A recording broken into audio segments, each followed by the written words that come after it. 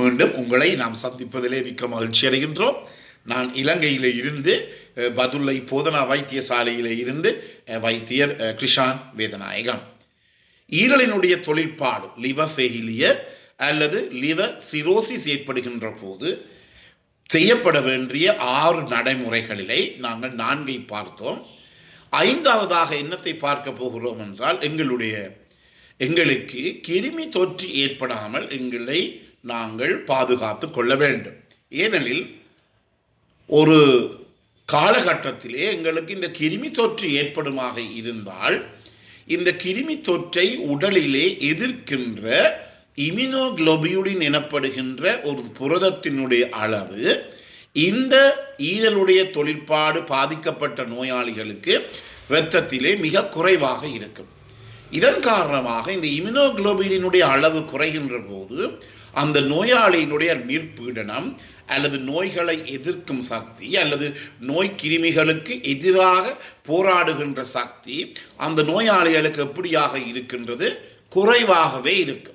எனவே இவர்களுக்கு ஏதாவது சிறு நோய் ஏற்பட்டால் கூட அதன் மூலமாக சுவாசப்பையிலே நிமோனியா எனப்படுகிற சளிச்சுரம் ஏற்படலாம், அல்லது இரத்தத்தில் இந்த பாக்டீரியா கிருமிகள் பெருகி செப்டிசீமியா எனப்படுகிற நிலைமை ஏற்படலாம். அதே நேரத்தில் வயிற்றிலே இவர்களுக்கு உங்களுக்கு தெரியும், இந்த தண்ணீர் சேருகின்ற போது அசைட்டிக் ஃப்ளூயிட் இருக்கின்றது. இதன் காரணமாக வயிற்றினுள்ளே அவருக்கு கிருமி தொற்று ஏற்பட்டு பெரிட்டோனைட்டிஸ் எனப்படுகின்ற ஒரு பிரச்சனை ஏற்படலாம். எனவே இந்த நோயாளிகள் இயலுமான மட்டும் கிருமி தொற்றில் இருந்து தங்களை பாதுகாத்து கொள்ள வேண்டும். எவ்வாறு பாதுகாப்பது? ஒவ்வொரு நேரமும் அவர்கள் இந்த முகக்கவசத்தை அணிந்திருக்க வேண்டும். 2வதாக மக்கள் அதிகளவு கூடுகின்ற இடங்களை தவிர்த்து கொள்ள வேண்டும். உதாரணமாக கோயில்களிலே ஒவ்வொரு வெள்ளிக்கிழமை பூஜைகளுக்காக கிணவேல் போவார்கள். எனவே இவர்கள் வெள்ளிக்கிழமைகளுக்கு கோயிலில் செல்லாமல் வியாழக்கிழமையோ சனிக்கிழமையோ செல்லலாம். அதே போல தான் சர்ச்சிலையும் ஞாயிற்றுக்கிழமைகளுக்கு அவர்கள் சர்ச்சுகளுக்கு போகாமல் மற்ற நாட்களிலே போகலாம். எனவே மக்கள் எங்கே அதிகளவாக கூடுகிறார்களோ அவர்களை தவிர்த்து கொள்வது மிகவும் முக்கியம். உதாரணமாக வங்கிகள் அல்லது பல்பொருள் அங்காடிகள், சூப்பர் மார்க்கெட், இயலுமான மட்டும் இப்படிப்பட்ட இடங்களுக்கு இவர்கள் செல்வதை இவர்கள் என்ன செய்ய வேண்டும்? இயலுமான மட்டும் இவர்கள் குறைத்து கொள்ள வேண்டும். அவ்வாறு குறைத்து கொள்ளுகின்ற போதுதான் இவர்களுக்கு கிருமி தொற்றாமல் பாதிக்கலாம்.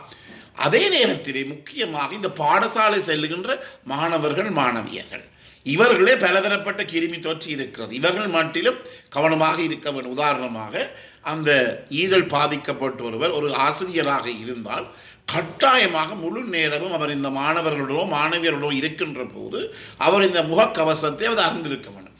இவ்வாறு அணிந்திருக்கின்ற போது மட்டும்தான் அவரை இந்த நோய் கிருமிகள் அண்டாமல் அவர் பார்த்து கொள்ள முடியும். மிகவும் முக்கியமானது. எனவே இப்படிப்பட்டவர்கள் இயல்பான மட்டும் மக்கள் கூடுகின்ற இடங்களை தவிர்த்துக் கொள்ள வேண்டும். அதே நேரத்தில் உணவு உங்களுக்கு தெரியும், இப்போது கடைகளிலே உண்ணாத ஆட்களை பார்ப்பது என்பது மிக மிக அரிது. இது ஒரு தரமாவது கடைகளிலே உணவு உண்பவர்களை நாங்கள் காணுகிறோம். எனவே இந்த கடை உணவுகளிலே சுத்தம் பேணப்படாவிட்டால் பலதரப்பட்ட கிருமிகள் ஏற்படும். இதன் காரணமாக இப்படியான அசுத்தமான உணவுகளை உட்கொள்ளுகின்ற போது இவர்களுக்கு வயிற்றோட்டம், வாந்தி பேதி வந்தால் அதன் பிற்பாடு அவர் சரியாக பாதிப்புக்கூடிய நிலைமை ஏற்படுகிறது. எனவே இந்த நோயாளிக்கு நாங்கள் என்ன சொல்வோம் என்றால், இந்த அவசர உணவு ஃபாஸ்ட் ஃபுட்டை குறைத்துக் கொள்ள வேண்டும். இந்த பான், பனிஸ், கேக் போன்றவை சாப்பிடுவதை குறைத்துக் கொள்ள வேண்டும். பிஸ்கட் சாப்பிடுவதை குறைத்துக் கொள்ள வேண்டும். அதே நேரத்தில் இயலுமான மட்டும் வீடுகளிலே சமைத்து ஆக்கப்பட்ட உணவுகளை உட்கொள்ள வேண்டும்.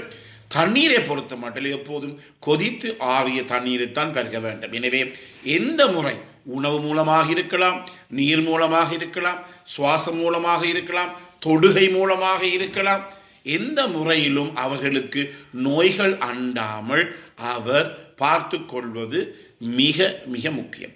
எனவே இயலுமான மட்டும் இவற்றை அவர் கருத்தில் கொண்டு நோய்கள் தொற்றுவதிலே இருந்து இவர் தன்னை பாதுகாத்து கொள்ள வேண்டும். இல்லாவிட்டால் பாரதூரமான பிரச்சனை ஏற்படும். நான் முதலிலே சொன்னது போல சுவாசப்பையிலே சளிச்சுரம் அல்லது நிமோனியா ஏற்படலாம். அதே இரத்தத்திலே பாக்டீரியா கிருமிகள் பெருகி அவருக்கு செப்டிசீமியா ஏற்படலாம். வயிற்றிலே இருக்கின்ற தண்ணீர் அசைட்டிக் ஃப்ளூயிடில் கிருமி தொற்றல் ஏற்பட்டு பாக்டீரியல் பெரிட்டனைட்டிஸ் ஏற்படலாம்.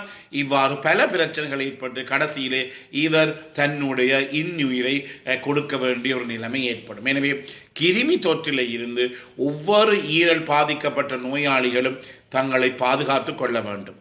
அதே நேரத்திலே சாதாரணமாக எங்களுடைய ஒரு நடைமுறை இருக்கின்றது. ஒரு நோயாளி இருந்தால் அந்த நோயாளி எல்லாரும் போய் பார்ப்பார்கள். எனவே இயலுமான மட்டும் விருந்தாளிகளை குறைத்து கொள்ள வேண்டும். இந்த நோயால் தன்னை பார்க்க வருகிறவர்களை இயலுமான மட்டும் குறைத்து கொள்ள வேண்டும். அவ்வாறு பார்க்க வருபவர்களுக்கு எவ்விதமான நோய்கள் இருக்கின்றது என்பதை கண்டுபிடிக்க முடியாது. அதே நேரத்தில் பொது போக்குவரத்து முறை இலங்கை நாட்டை பொறுத்த மட்டும் இப்போது இந்த டியூபர்குலோசிஸ் கசரோகத்தினுடைய அளவு மிக வேகமாக அதிகரித்து கொண்டு செல்லுகிறது. எனவே பொது போக்குவரத்து சேவையில் இவர்கள் செல்லுகின்ற போது அங்கு ஒரு கசரோக நோயாளி டிபி நோயாளி இருந்தால் இவருக்கு கூட இந்த டிபி நோய் தொற்றக்கூடிய ஒரு நிலைமை ஏற்படும். எனவே இயலுமான மட்டும் இந்த நோய் தொற்றுகின்ற விதிகளை இவர்கள் குறைத்து கொள்ள வேண்டும். கடைகளிலே உணவு அருந்தக்கூடாது. அதே நேரத்திலே ஒரு வீட்டிலே ஒரு பிள்ளைக்கு ஏதாவது ஒரு வைரஸ், சாதாரணமாக சொன்னால் சிக்கன் பாக்ஸ் என்றால் பொக்குளிப்பான அல்லது அம்மை வருத்தம் ஏற்படுமாக இருந்தால் இந்த சிக்கன் பாக்ஸ் அல்லது அம்மை வருத்தம் பிள்ளை இந்த நோயாளிக்கு ஏற்படுமாக இருந்தால் இந்த இம்யூனோகுளோபினுடைய குறைபாடு காரணமாக மிக பாரதூரமாக அந்த நோய் தொற்று உடல் முழுவதும் புண்ணாயிரும். எனவே நான் முதல்ல சொன்னேன், நிற்புண்ணத்தினுடைய அளவு இந்த நிலைமைகளில் என்னவாக இருக்கின்றது, குறைவாக இருக்கின்றது. இதன் காரணமாக இந்த ஏதாவது ஒரு வீடுகளுக்கு இவர்கள் செல்வதை கூட இவர்கள் குறைத்து கொள்ள வேண்டும். அதே நேரத்தில் நோயிற்றவர்களை பார்க்க போகக்கூடாது. அது எந்த நோயாக இருக்கலாம், இந்த தொற்றுகின்ற நான் சொன்ன போல சிக்கன் பாக்ஸாக இருக்கலாம், அல்லது மீசில்ஸ் என்று சொல்லுவோம், சின்னமுத்து என்று சொல்லுவோம், இவர் ஹேர்பீஸ் என்று சொல்லுவோம், வெரிசெல்லா ஜோஸ்டர் ஹேர்பீஸ், இவர் பல வைரஸ்கள் இருக்கின்றது. எனவே இப்படிப்பட்ட நோய் தொற்றிய இடங்களுக்கு இயலுமான மட்டும் இவர் செல்வதை என்ன செய்து கொள்ள வேண்டும், தவிர்த்து கொள்ள வேண்டும். எனவே தவிர்த்து கொள்ளுன்னு சொல்லுகின்ற போது அவர் தன்னை பாதுகாத்து கொள்ள வேண்டும். நீங்கள் கேட்கலாம், இப்படிப்பட்ட இடங்களுக்கு இந்த நோயாளி செல்லாவிட்டால் நோயாளியினுடைய மனநிலை பாதிக்கப்படும். அப்படி அல்ல. நாங்கள் கோயிலுக்கோ சர்ச்சுக்கோ அல்லது பள்ளிவாசலுக்கோ அல்லது விகாரைக்கோ செல்ல வேண்டாம் என்று சொல்லவில்லை, செல்ல வேண்டாம். ஆனால் அதே நேரம் நாங்கள் என்ன சொல்லுகிறோம் என்றால், ஆட்கள் சனங்கள் குறைவாக இருக்கின்ற நேரங்களிலே இந்த இடங்களுக்கு செல்வீர்களாக இருந்தால் உங்களை நாங்கள் பாதுகாத்து கொள்ள முடியும், உங்களை நீங்களே பாதுகாத்து கொள்ள முடியும். எனவே 6வது நிலைமை, இதன் அடுத்த தொடர்ச்சி அடுத்த நிகழ்ச்சியை நாங்கள் பார்ப்போம். எனவே இந்த நிகழ்ச்சி உங்களுக்கு பிடித்திருந்தால் இந்த நிகழ்ச்சியை பார்க்காதவருக்கு அறிமுகப்படுத்துங்கள். இதை லைக் பண்ணலாம், ஷேர் பண்ணலாம், மணி சின்னத்தை அல்லது பெல் சின்னத்தை அமுழ்த்தி இதை நீங்கள் சப்ஸ்கிரைப் பண்ணலாம். மேலதிக தேவை என்றால் தொடர்பு கொள்ளலாம். 0094 777 35 62 45.